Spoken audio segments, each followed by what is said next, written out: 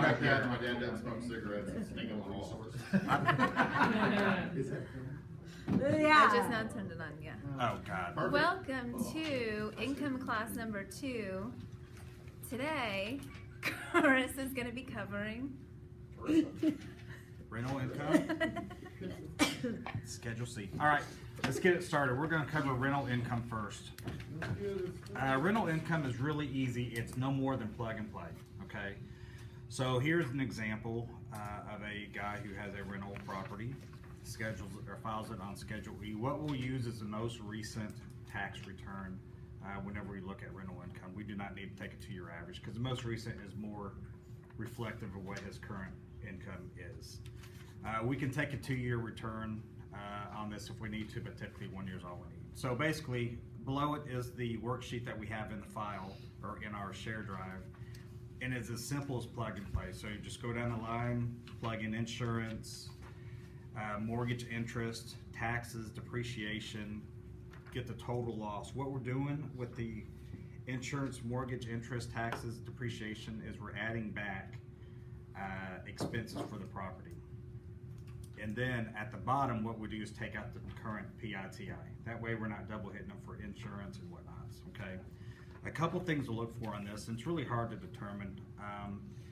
Notice it lists repairs $412. That's probably a normal amount of repairs that a house goes through for rental, right? New carpet or whatnot.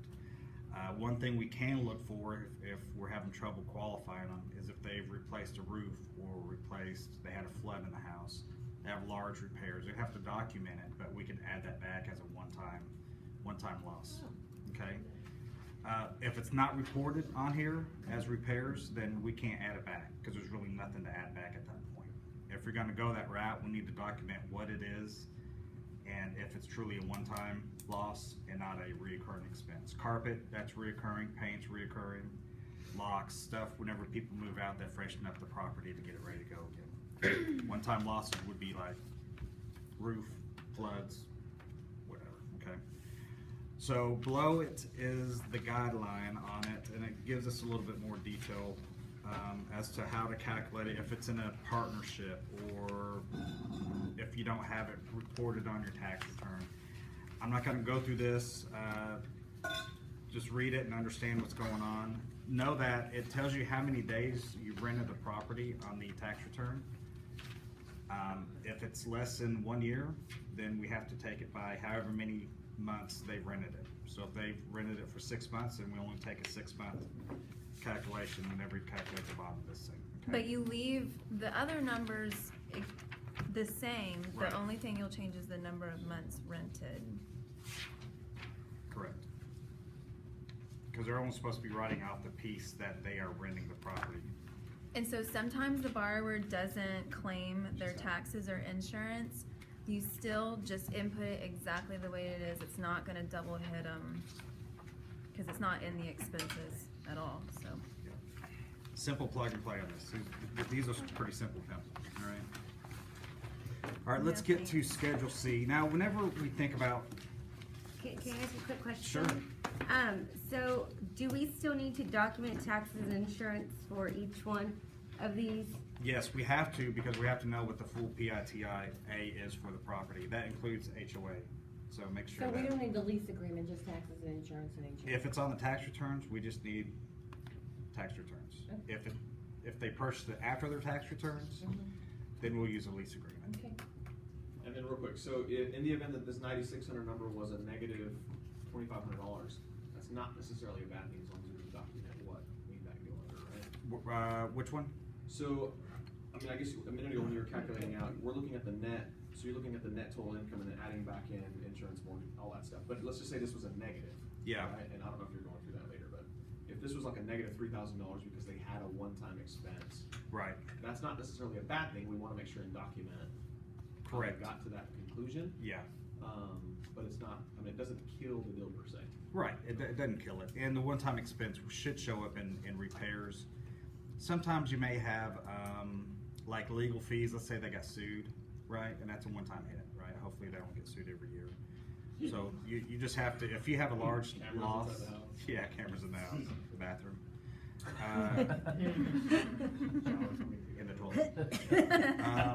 So if you have a large loss, really kind of take a look and ask the customer, hey, what's going on? Why are you taking such a huge loss on a rental property? Typically, people sell those properties where they take huge And losses. this one, since it's got royalties, we're just not looking at it. No, we can look at royalty. Royalties is that's a whole different ballgame. Royalties are really tough to prove that's going to continue because most royalties come from oil. So how do you prove that an oil is going to continue producing oil well? You have to show 3 years continuance. So if you have royalties, come see me. We'll figure out a way to make it work. But it's tough. Okay, we can do it, but it's tough. And when do we do a 2-year average versus? I would always use a 1-year average on it because that's going to be the most that's going to be the most accurate information that we have. Now, let's say if they didn't rent it out for whatever, they're trying to explain why their rent went down and up or whatnot, then we could look at a 2-year average. But I for the thought most part, Freddie we're gonna made you use do it. 2 years. No, just most current. Oh. I'll And use if just we're already most hitting current. for the full payment, we can pretty much disregard that. Yeah, Outstanding. unless it's pulling a huge loss, then we have to. I mean, if the property's still producing a loss, we still need to hit them for it. Okay. So if they have it on the tax returns, we have to run a sheet on it to see. We don't have to use the income, but we have to run a sheet to see what the loss or income is going to be. All right. Okay. The next one down is Schedule C. Now, whenever we talk about rental, Schedule C self-employment income, a lot of common sense rolls into this. We have to kind of predict how's this business going to produce in the future. What's it going to do, right? We're looking for a decline of income. We're looking for odd expenses coming out of here. So a lot of it's common sense. And I know I've talked to quite a few of you guys. Andy, we just talked about one yesterday where we have to go back and go, hey, why is your income declining? What's really going on? You have expenses this year you didn't have in a prior year, or you moving locations. So a lot of it's common sense, figuring out exactly what to do and asking the questions. So I've developed some Schedule C earning sheets here. So let's go through the first one. And if you guys go down a couple more, you'll see the Form 91. This is the form I use on all of my rental incomes, or Schedule C incomes and K1s and whatnot. This is on the web, so the website's at the bottom, and you plug it in, you type the number in, and it calculates it for you. You don't have to try to do the math, subtraction. You don't have to try to figure out if you put in a negative or a positive or how they want to see it, right? It does everything for you. It's very simple. Yes, Chris? Sorry. We're just going to go through 1 year and kind of get an idea of what we look at, and then we'll talk a little bit about declining income. So let's fill out this form the best we can. So 2016, so we go to the top, right, 2016. Net profit plus 38, Brenda, I don't see you writing, 900. Other income and loss, gosh, I don't know whenever you would have this. I can't think of what you would use this box for, so let's skip it, and if you guys think we have a reason to put something in there, then we'll talk about it later. Depletion, which is simply, say you're pouring oil out of the ground, that's depletion, okay? We can add that back. Depreciation, all right, that's $15,000. And it automatically tells you it's a $15,000 positive. All right, health insurance, we don't have to do anything with that. That's normal expense. Office expense, that's normal. Travel expense, that's normal. Meals and entertainment. The reason why we hit them again for meals and entertainment is because they can only write off 50% of their meals and entertainment. So we know that they are truly, so they're only writing off $500, but it's truly $1,000 expense. So we have to hit them for that other 50%. All right, and it's a negative. Wages, that the borrower should not pay himself a wage in the Schedule C. So that's him paying an employee. If you have a borrower that is paying himself in the Schedule C, then he's doing something incorrectly. Amortization, typically that's going to be in the back part of the tax returns, the schedules. Amortization is cost of creating a business. I'm not exactly sure why you see it on older businesses, but you'll mainly see it on a new business, okay? Isn't the equivalent to like interest on your mortgage? Yeah, but it's. Only on a business loan? I'm not, because there's interest here, so I'm not really sure if it's, what the difference is. Casualty loss, again, that kinda goes back to one-time loss. If you've got, somebody fell down on the job and you had to pay out for a lawsuit, that's where you'd add that back, cause that's just a one-time, okay? So if we go through and calculate this, it'll total our number on this sheet here, okay? So, all right, let's calculate and see what we come up with. Don't forget So the it's not, is it business 93,415 use. minus 500? Okay. Yep, So 107,500? no, You said no, that net sounds profit, right? way too much. Plus 150, So 38,900 plus Plus 1,500. Plus the business use of home. Oh, yeah. So Oh. then, real quick, go to the net profit. So what should the net profit be? Just to make sure. And again, I know- 38,900. 38,900. Oh, okay, it wasn't the top line. Not the 100,000. That's a gross. That's how much. No, okay, I'm sorry. You gotta look at the bottom I part. thought we were Right. looking at the 30. bottom sheet. And Mandy reminded me that we have to use use of business home of $3,000. So use of business home, $3,000. It's right above the net profit. Right. Number We add- 30. We add that Oh, back. I see. Interesting. So you add that back? Yes. Okay. So we gotta add 3,000 to our business home. It tells us it's automatically at 3,000. So it'd be 38,900 plus 150 plus 15,000 for depreciation minus 500 for meals and entertainment plus 3,000 back towards it, which is somewhere around how much? 56.4? I'm assuming that's right. 38,900. 56.4.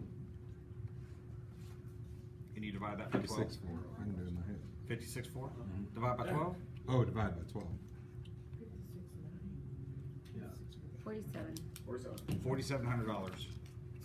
Because we use monthly, so we have to divide that number by 12. Okay? But this form does it all for you, so it makes it pretty simple.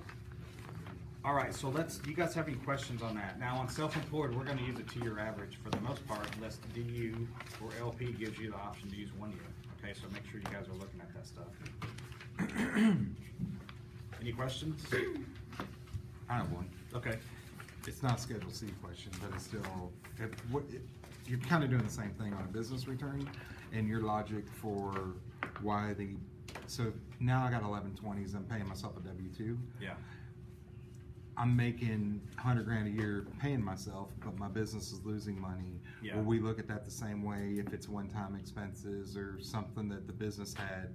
Or can I go back and get tax returns from the previous 5 years just to show the business is valid and profitable? Yeah. Or is it automatically if I'm losing, I'm hurt? No, not automatically if you're losing, you're hurt.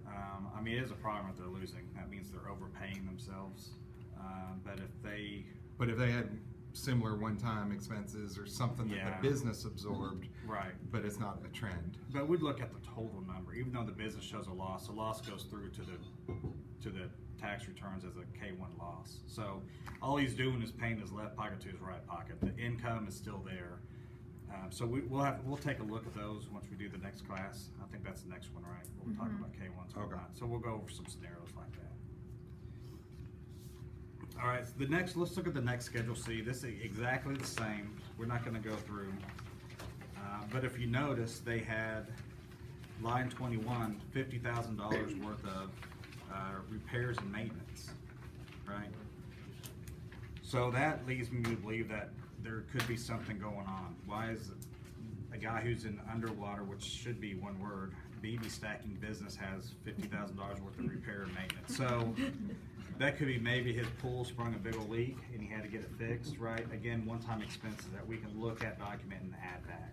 Even though it shows he had $11,000 loss, if we add back the one-time expenses, document it, prove it, then he's really back in the positive. Okay. Also, let's look at, if we look at the next sheet down. Wait, Oh, can you cover the car and truck extensive that's mileage. fine. Oh, sorry. So the next sheet down, we have auto expenses. And we can add back business mileage depreciation at 23 cents a mile. Okay, and you're gonna find that on, they should have a separate form that goes with it, where it tells you how many miles they drove for the business. You can only add back business, we can't add back commuting miles, other miles, only business at 23 cents.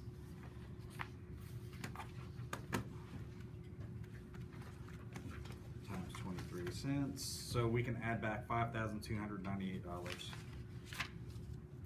Again, don't get too worried about if my numbers flip over correctly. I'm not an accountant, but that's what to look for. If you see a business, an auto truck expense, start looking for mileage. We need to add that back to it, give them income for it. So if somebody's so if somebody's Schedule C, they earned 50,000 in 2014. We'll just say we have 2014. 50,000 in 2015, and then 25,000 in 2016. Audited P&L gonna save it, or it is just a No. no-go because it's, and we look at about 20%, right? Yeah, 20%. So if we keep going, it kind of tells us, I've printed out some guidelines for us on it. FHA is a 20% hard stop. Okay, if you have decline over 20% on FHA, it's a manual underwrite. That's a manual underwrite just to start with. Then we have to justify why we're approving a decline in income. A decline in income could be like somebody's changes business locations, or somebody who knows, Got right? injured and was Yeah. in the hospital or something. So if there's a 20% on the worksheets, it's automatically a manual underwrite, and then we have to meet all the manual underwrite guidelines to go along with that. And then a question on that, with that CPA letter obviously helps to itemize, why their expenses were double, let's say, in Yeah. my example. What if, there's single, self-employed, small time, little shop, and they don't use a CPA? Do you have to get a CPA to review the last 3 or 4 years? I mean, how do you work around that if somebody doesn't use a CPA? It'd be really tough for them to document if they want to provide documentation, we could take a look at it. It makes it really tough. Okay, that's what because I was thinking, 'cause Yeah. if they're not using a CPA, then They're pretty it's much just toast. yeah. Yeah. So, Crushing dreams. yeah, conventional really doesn't list a percentage of what you do or don't want, so I always do the 20% rule. That's a pretty even rule. So if you got anything over 20%, really need to look at stability and if we can even use it. Yeah. That's why if you got 1 year tax return and DU says only provide 1 year, just provide 1 year. Don't let me see 2. We discussed that the other day. We had one, and we were trying to do that, but it came back and said, if not self-employed for 5 years. Yeah. So it kind of caught me on that, because he was only self-employed for 2. Right. Okay. Right. So make sure you're reading your AUS for Because there's a lot of little. Yeah, it's fine kind of print. tricky, right? If the wording's really tricky. It'll say 1 year if self-employed for 5 years. So Right. the wording's definitely tricky. So make sure you pay attention to that. Any questions on this? Again, guys, it's common sense. I mean, it's hard to look in the future on these guys and figure out what their business is doing. But if you see a decline heading down, we have to look out and say, is this thing gonna bottom out at 0, right? Or is it really leveled out and now it's coming back up? We can take a look at 3 years tax returns, right? If, let's say they just had a real bang out 2015, and then 16 looks a little bit more normal. So we can take a look at 3 year and just try to figure out, hey, what's going on? Was 15 the normal, or does he just have a great year, right? And 16 and 14 are more the normals. It's not really declining, it just took a hump, now it's leveled back out. So it's common sense for the most part. Brenda? Are you still going, or? Okay, I'm can you done. tell everybody, can you tell us when we need a P&L and balance statement for FHA and Right. for conventional? For FHA, we need it if the past quarter tax filing has happened.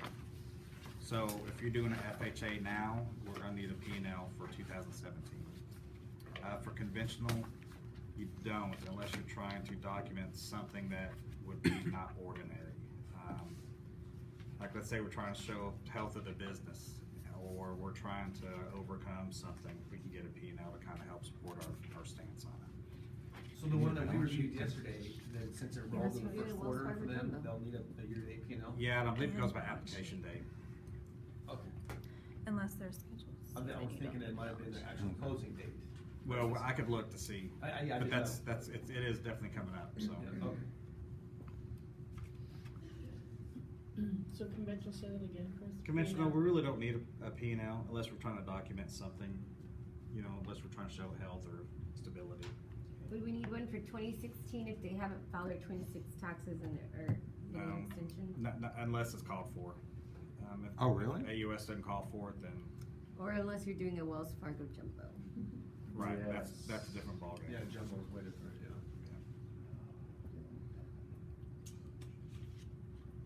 Okay. Do you ever require audited P&Ls? The only time we would is if, let's say you do have a decline, and now you're trying to use, instead of tax returns, you're trying to use a profit and loss, audited profit and loss, that's the only time we could. And those are usually pretty difficult to get, because the CPA's charged. Yeah, like a lot of money. Yeah. Typically, it's easier for them just to file the tax returns. Right. Oh, I see people do it. Yeah. I mean, yeah, you might as well file a tax return, so once you go through everything. All right, thank you. Bye. Bye. This is,